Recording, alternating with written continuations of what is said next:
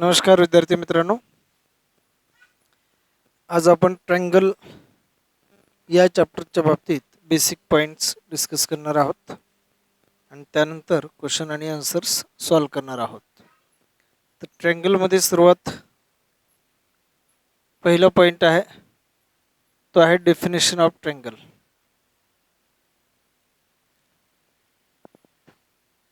तर डेफिनेशनमध्ये काय बघा, a plane closed figure bounded by 3 line segments is called triangle. ट्रायंगलची डेफिनेशन आहे की एका प्लेनमध्ये असलेली आणि क्लोज्ड असलेली bounded by 3 line segments, a closed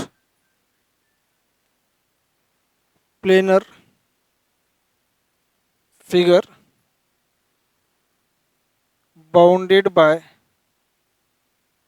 3 line segments, 3 line सेगमेंट्सने बाउंड झालेली क्लोज्ड प्लेनर फिगर.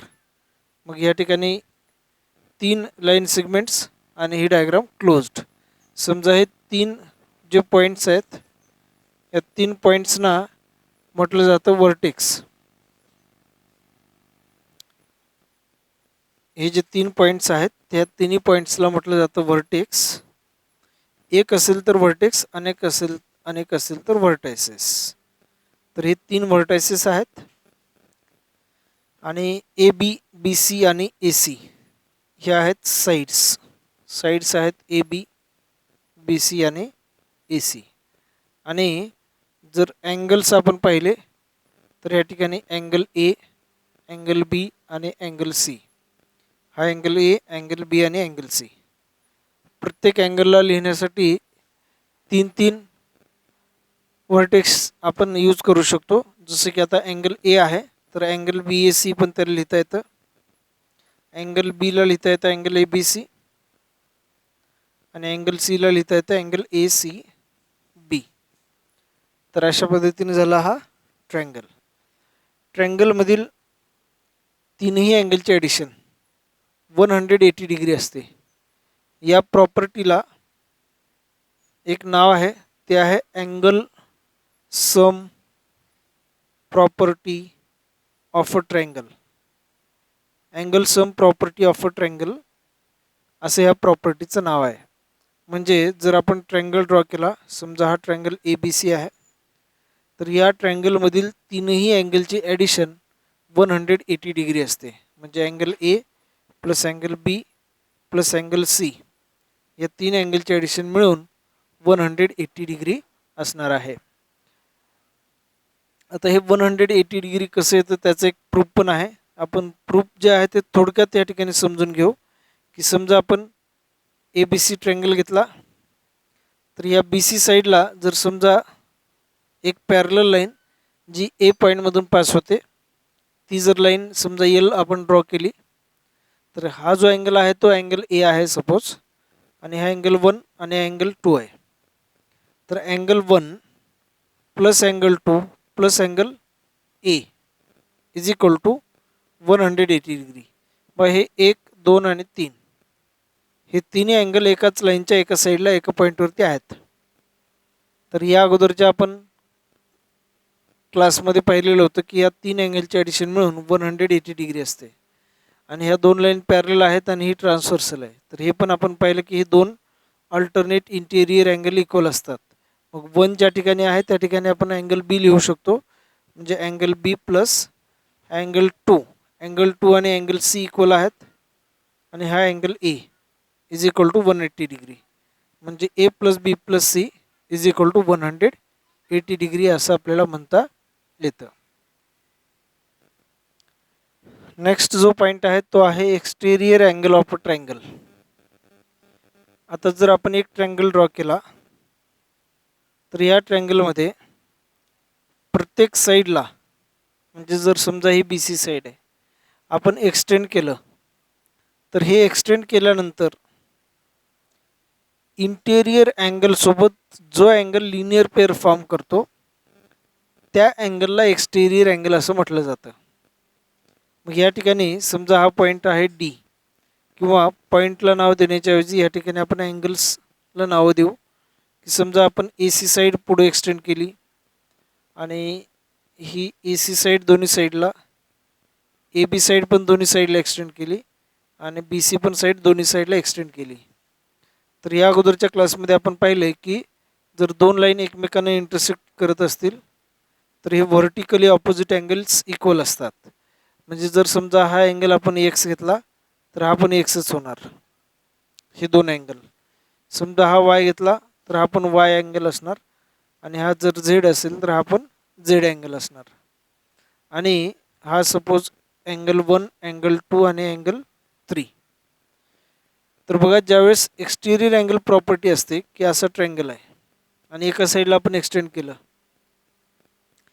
तर ह्या ठिकाणी जो एक्सटिरियर अँगल फॉर्म झालेला आहे तो अँगल इंटेरियर अँगल, ह्याचा जो ॲडजस्टंट इंटेरियर अँगल असतो त्या ॲडजस्टंट इंटेरियर अँगलचे ऑपोजिट अँगल्स हे दोन मिळून जेवढे अँगल फॉर्म होतात किंवा जेवढं मेजरमेंट फॉर्म होतं तेवढं मेजरमेंट ह्या अँगलचं असतं. म्हणजे जर समजा आपण ए बी सी हा ट्रँगल घेतला तर अँगल ए सी समजा हा पॉईंट डी, तर ए सी डी हा अँगल ए आणि अँगल बी ह्या दोघांचे मिळून ॲडिशन असणार आहे. म्हणजे जर समजा हा 30 डिग्रीचा असेल आणि हा समजा 70 डिग्रीचा असेल तर 30 + 70 म्हणजेच हा 100 डिग्रीचा असणार आहे. मग सेम याच पद्धतीने ह्या ठिकाणी हा जो अँगल आहे एक्स आणि हा पण एक्स, हे दोनही अँगल एक्सटिरियर अँगल आहेत. ट्रँगलमध्ये जास्तीत जास्त आपल्याला 1 2 3 4 5 6 एक्सटिरियर अँगल्स मिळू शकतात. मग अँगल एक्स जो आहे तो बघा एक्सचा ॲडजस्टंट इंटेरियर अँगल 3 आहे. तर हा सोडला तर हे दोन्ही अपोजिट म्हणजे अँगल 1 + अँगल 2 म्हणजे एक्स असणार आहे, हा पण आणि हा पण. आता अँगल वाय जर घेतला, आता बघा हा जरी अँगल घेतला तर याला ॲडजस्टंट 3च आहे. आता अँगल वाय घेतल्यानंतर अँगल वायला ॲडजस्टंट इंटेरियर 2 आहे. 2 सोडला तर 1 आणि 3 म्हणजे अँगल 1 + अँगल 3 या दोघांचे ॲडिशन मिळून वाय. आणि अँगल झेड जर आपण घेतला तर झेड हा 1 त्याचा ॲडजस्टंट इंटेरियर आहे, तो सोडल्यानंतर ऑपोजिट अँगल्स अँगल 2 आणि अँगल 3 आहेत. या दोन अँगलचे ॲडिशन मिळून अँगल झेड या ठिकाणी फॉर्म होणार. तर अशा पद्धतीने हे एक्सटिरियर अँगल प्रॉपर्टी आपल्याला एक्सप्लेन करता येते. नेक्स्ट जो पॉईंट आहे तो पॉईंट आहे बघा की side opposite to greatest angle, side opposite to greatest angle is greatest किंवा ग्रेटर, की ग्रेटर इन द लेंथ. याचा अर्थ काय बघा की जर समजा आपण एक ट्रँगल घेतला आणि या ट्रँगलमध्ये अँगल बी हा राहिलेल्या दोन अँगलपेक्षा ग्रेटर आहे, म्हणजे angle B is greater than angle C and angle B is greater than angle A. Angle B हा ए पेक्षा आणि सी पेक्षा जर ग्रेटर असेल तर अँगल बीची ऑपोजिट जी साईड आहे ए सी, जर असं असेल म्हणजे हे दोन पार्ट असतील तर अँगल बीची opposite side A C is greater than, आता हे जे दोन स्मॉल अँगल आहेत, अँगल ए घेतला तर त्याची ऑपोजिट साईड बी सी, म्हणजे ए सी साईड अँगल सीची ऑपोजिट साईड, अँगल सीची opposite side A B. A B पेक्षा ए सी ग्रेटर असणार आणि बी सी पेक्षा सुद्धा ए सी ग्रेटर असणार. A C is greater than B C, म्हणजे हा अँगल ग्रेटेस्ट आहे तर त्याची ऑपोजिट साईड ग्रेटेस्ट असणार, राहिलेल्या दोन साईडपेक्षा ग्रेटर. मग जर आपण असं बघितलं की राईट अँगल ट्रँगल जर घेतला तर राईट अँगल ट्रँगलमध्ये हायपोटेनियस ही सर्वात हायेस्ट लेंथ असलेली साईड असणार, म्हणजे A C is greater than A B and A C is greater than B C. हे राईट अँगल ट्रँगलसाठी आपल्याला सांगता येतं.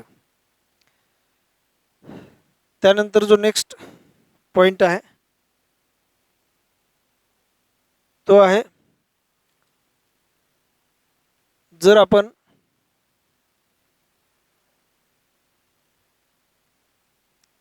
आपण ट्रायंगलमध्ये साईडची ॲडिशन केली म्हणजे सम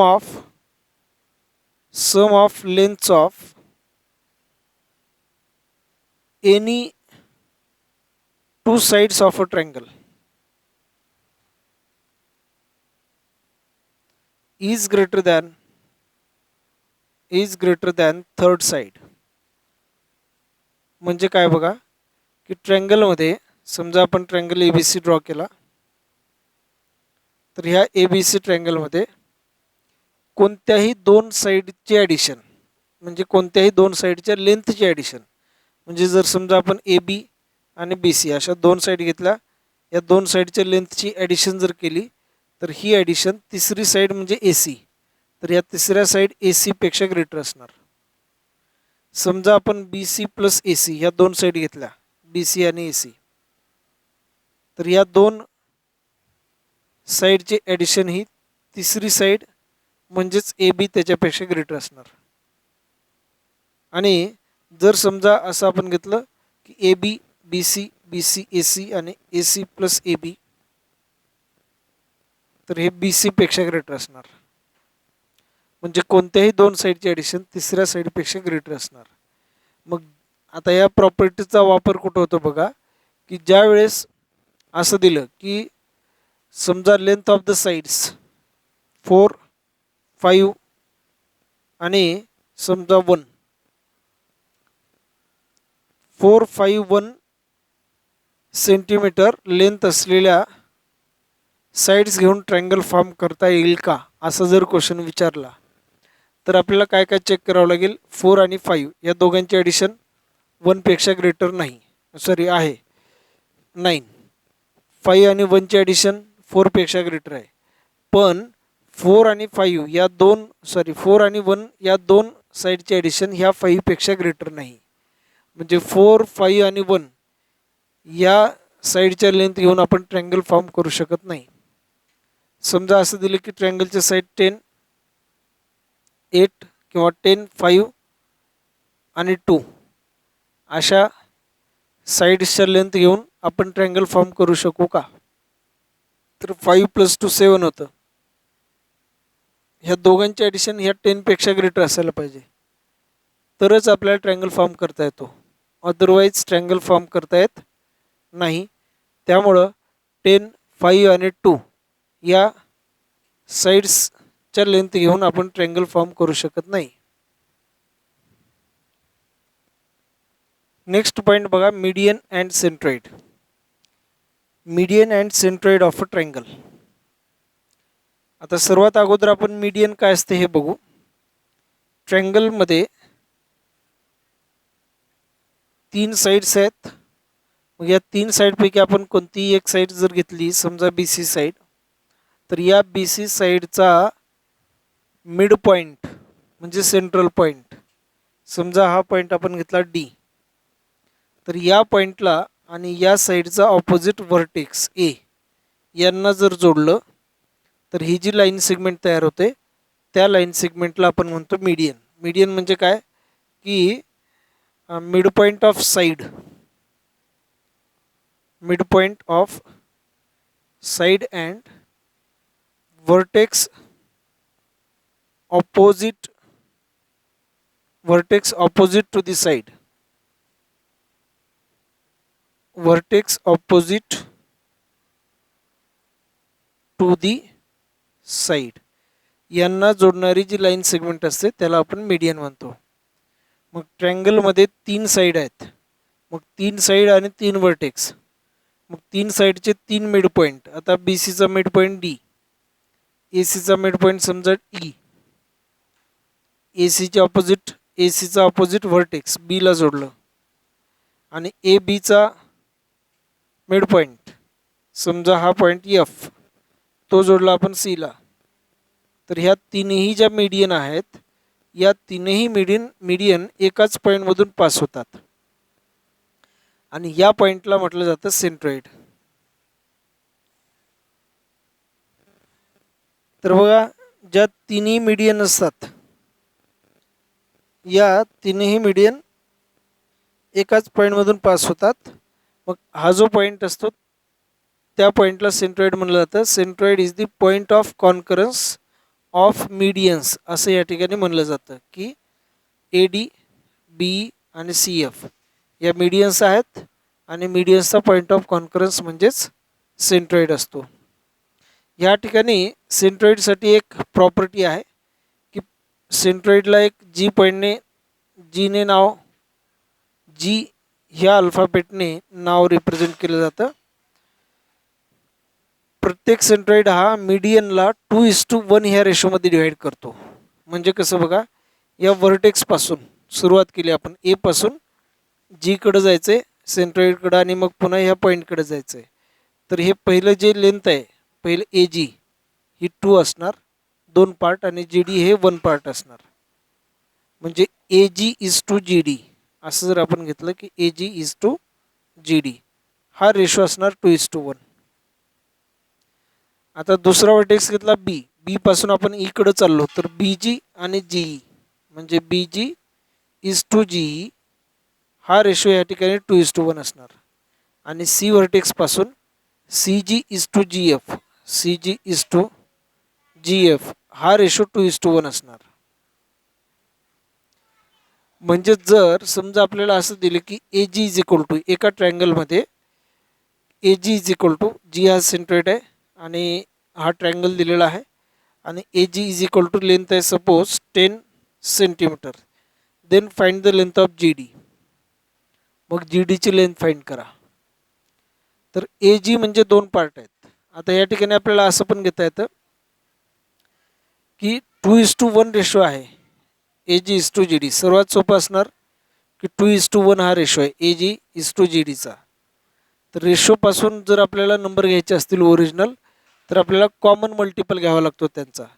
मग ए जी आणि जी डी 2:1 रेशो, 2 आणि 1चा कॉमन मल्टिपल एक्स घेतला तर ए जीची लेंथ समजा 2x आणि जी डीची असेल 1x.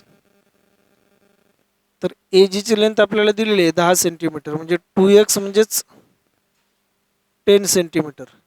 तर इथून जर आपण एक्सची व्हॅल्यू फाइंड केली तर 2ने याला डिवाईड करावं लागेल 10/2 तर येणार 5 centimetre.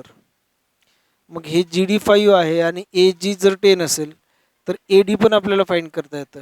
A D is equal to 10 + 5 15. आपण हे एक एक्झाम्पल घेतलं की या रेशोवर कशा टाईपचे प्रश्न विचारले जाऊ शकतात. तर हा ratio A G is to G D 2:1 घ्यायचा, हे 2x आणि हे 1x घ्यायचा आणि मग पुढचा भाग जो आहे तो सोडवायचा. आता काही वेळेस ए डीचीच लेंथ दिलेली असेल आणि ए जी आणि जी डी फाइंड करावं लागेल. समजा A G is equal to 30 centimetre आहे, sorry A D is equal to 30 आहे. ए जी पण 30 घेतलं तर येतं. समजा ए डीची लेंथ 30 आहे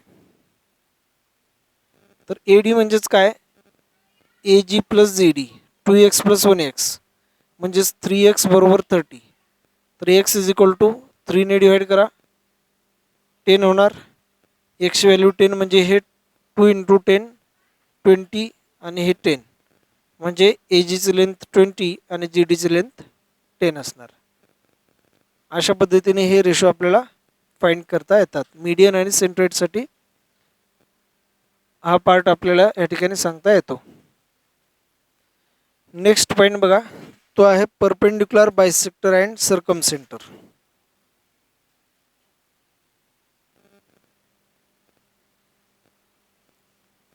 परपेंडिक्युलर बायसेक्टर्स अँड सर्कमसेंटर. आता जर समजा आपण एखादी लाईन सेगमेंट घेतली, समजा या ठिकाणी एक लाईन सेगमेंट आहे ए बी आणि या ए बी लाईन सेगमेंटला जर आपण परपेंडिक्युलर लाईन्स ड्रॉ केल्या तर या perpendicular lines infinite number of lines आपल्याला ड्रॉ करता येतात. म्हणजे एखादी लाईन या ठिकाणी ड्रॉ करता येईल जी ए बीला परपेंडिक्युलर आहे, एखादी या ठिकाणी असं ड्रॉ करता येईल. ह्या ए बी लाईन सेगमेंटमध्ये नंबर ऑफ पॉईंट जे असतात त्या ठिकाणी जे पॉईंट्स आहेत ते इन्फायनाईट आहेत आणि प्रत्येक पॉईंटला एक एक परपेंडिक्युलर लाईन आपल्याला ड्रॉ करता येते.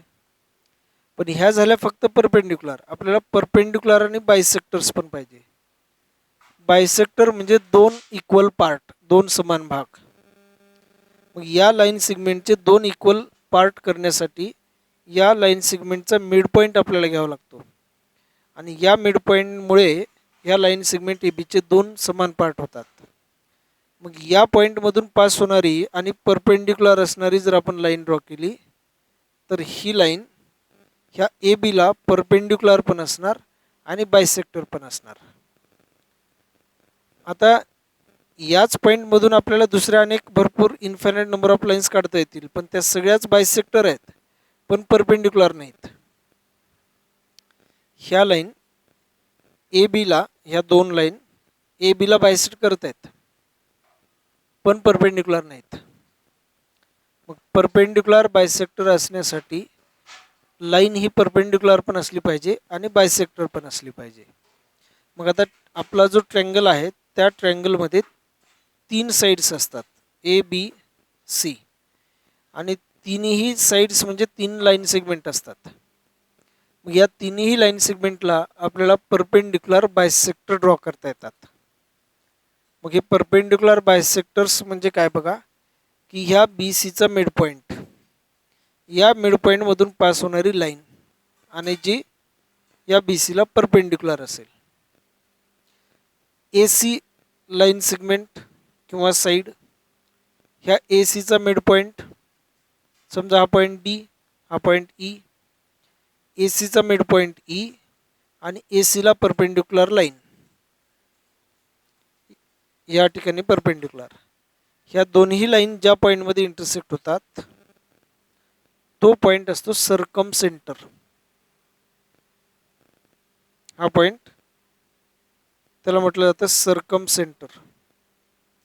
आणि जी तिसरी साईड आहे ए बी, या पण साईडचा मिड पॉईंट घेतला आणि या मिड पॉईंटमधून पास होणारी ह्या ए बीला परपेंडिक्युलर असलेली लाईन जर आपण ड्रॉ केली तर ही लाईन ए बीला परपेंडिक्युलर बायसेक्टर असणार. आणि ह्या ठिकाणी ही जी लाईन आहे, समजा आपण या सर्व लाईन्सला नावं देऊया की ही लाईन सपोज एल, एम आणि ही समजा एन. तर line L is the perpendicular bisector of side A B. Line M is the perpendicular bisector of side B C. आणि line N is the perpendicular bisector of side A C असं आपल्याला या ठिकाणी म्हणता येतं. आणि हे तिन्ही परपेंडिक्युलर बायसेक्टर एकाच पॉईंटमधून इंटरसेक्ट होतात, एकाच पॉईंटला इंटरसेक्ट होतात. त्या पॉईंटचं नाव आहे सर्कम सेंटर. आता सर्कम सेंटर हे नाव कशामुळं आहे, एक त्याचं कारण आहे की समजा हा पॉईंट आणि कुठलाही एक व्हर्टेक्स, या तिन्हीपैकी कुठलाही एक व्हर्टेक्स यांची जर आपण लेंथ घेतली आणि हा सेंटर घेऊन या तीनही पॉईंटमधून पास होणारा जर आपण एक सर्कल ड्रॉ केला, म्हणजे या 3 पॉईंटमधून पास होणारा म्हणण्याच्या ऐवजी आपण असं म्हणू शकतो की हा सेंटर घेऊन आणि ही रेडियस घेऊन जर आपण एक सर्कल ड्रॉ केला या ठिकाणी, तर हा सर्कल राहिलेल्या दोन्ही पॉईंटमधून पास होतो. तर अशा पद्धतीने आपल्याला एक सर्कल मिळतो. आणि ट्रँगलच्या तिन्ही व्हर्टेक्समधून पास होणारा जर सर्कल असेल, समजा असा हा सर्कल आहे आणि ट्रँगलच्या तिन्ही व्हर्टेक्समधून पास होतो, तर या सर्कलला सर्कम सर्कल म्हटलं जातं. Circum circle, CIRCLE. आणि सर्कम सर्कलचा जो सेंटर असतो त्याला म्हणलं जातं सर्कम सेंटर. मग तीनही साईड चे परपेंडिक्युलर बायसेक्टर ज्या पॉईंटमध्ये इंटरसेक्ट होणार तो सर्कम सेंटर असणार. मग सर्कम सेंटर जर मिळवायचं असेल तर तिन्ही साईडचे आपल्याला परपेंडिक्युलर बायसेक्टर्स ड्रॉ करावे लागतील, जर कन्स्ट्रक्शननुसार आपल्याला सर्कम सेंटर पाहिजे असेल तर.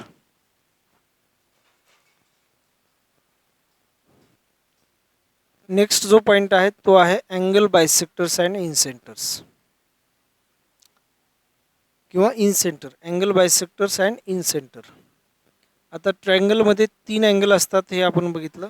समजा ट्रँगल ABC हा ट्रँगल आहे, तर अँगल A, अँगल B आणि अँगल C असे 3 अँगल्स आहेत. अँगलचा बायसेक्टर काय असतो बघा, की जर समजा आपण एक अँगल ड्रॉ केला आणि या अँगलचे दोन समान भाग करणारा रे तो असतो अँगल बायसेक्टर. म्हणजे हे दोन अँगल इक्वल अँगल होतात जर हा बायसेक्टर असेल तर. मग त्याच पद्धतीने सेम अँगल एचा आपल्याला बायसेक्टर काढता येतो, अँगल बीचा बायसेक्टर ड्रॉ करता येतो. हे दोन अँगल इक्वल होणार, हे दोन अँगल इक्वल होणार आणि अँगल सीचा पण आपल्याला बायसेक्टर ड्रॉ करता येतो. हे दोन अँगल या ठिकाणी इक्वल होणार. मग हे तीनही अँगल बायसेक्टर ज्या पॉईंटमध्ये येऊन इंटरसेक्ट होतात त्या पॉईंटला नाव आहे इन सेंटर.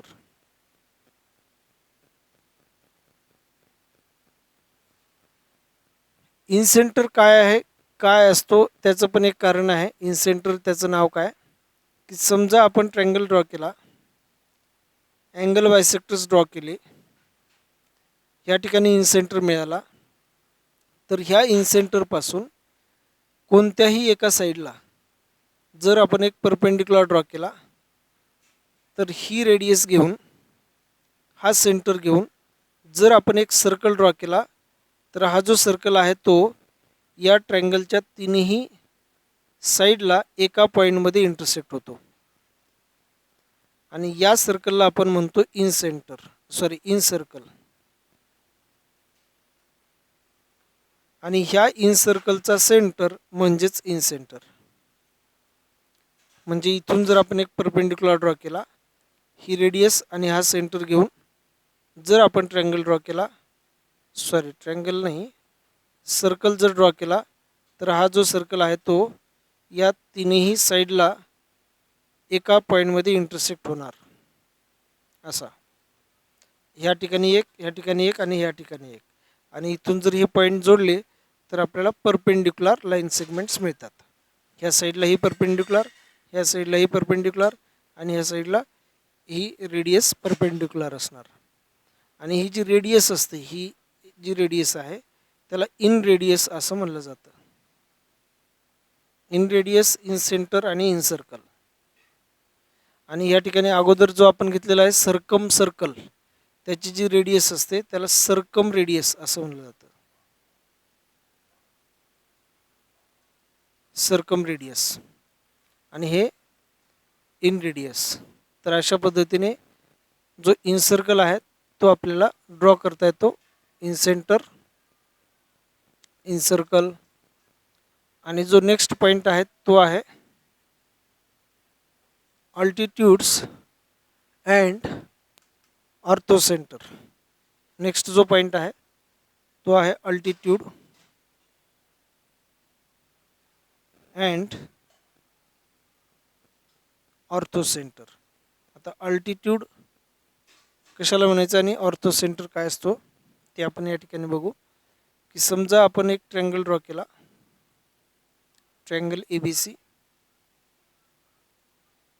तीन साईड्स आहेत AB, BC आणि AC. समजा आपण साईड BC घेतली आणि ह्या BC साईडला या BC साईडचा ऑपोजिट व्हर्टेक्स A तिथून एक परपेंडिक्युलर ड्रॉ केला, तर हा जो परपेंडिक्युलर आहे त्या परपेंडिक्युलरला म्हटलं जातं अल्टिट्यूड. तीन साईड्स आहेत म्हणजे आपल्याला ट्रँगलमध्ये तीन अल्टिट्यूड ड्रॉ करता येतात. म्हणजे ह्या C पॉईंटपासून जर आपण ABला परपेंडिक्युलर ड्रॉ केली तर अशा पद्धतीने ह्या ठिकाणी एक अल्टिट्यूड ड्रॉ करता येईल. आणि AC साईडला B पॉईंटपासून जर आपण परपेंडिक्युलर ड्रॉ केली तर अशी एक अजून अल्टिट्यूड ड्रॉ करता येईल. ह्या अल्टिट्यूडलाच ट्रँगलची हाईटसुद्धा म्हणलं जातं. बघा, ज्यावेळेस आपण BC साईड घेतो त्यावेळेस BC साईडला ही हाईट असणार आहे. समजा हा पॉईंट D, हा E आणि हा F. तर BC साईडसाठी हाईट असणार आहे AD, AB साईडसाठी हाईट आहे CF आणि AC साईडसाठी हाईट आहे BE. तर अशा पद्धतीने आपण अल्टिट्यूड्स ड्रॉ करू शकतो. आता हे तीनही अल्टिट्यूड तुम्ही बघितलं असेल एकाच पॉईंटमधून पास झालेले आहेत, एकाच पॉईंटमध्ये येऊन इंटरसेक्ट झालेले आहेत. तर हा जो पॉईंट असतो त्या पॉईंटला आपल्याला म्हणायचं आहे ऑर्थो सेंटर. हा असतो orthocentre. Orthocentre is the point of intersection of altitudes. बघा काय आहे, orthocentre is point of intersection of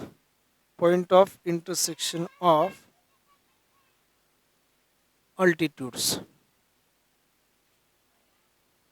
आणि अँगल बायसेक्टर म्हणजे काय, सॉरी इनसेंटर म्हणजे काय, point of intersection of angle bisectors म्हणजे इनसेंटर, पॉइंट ऑफ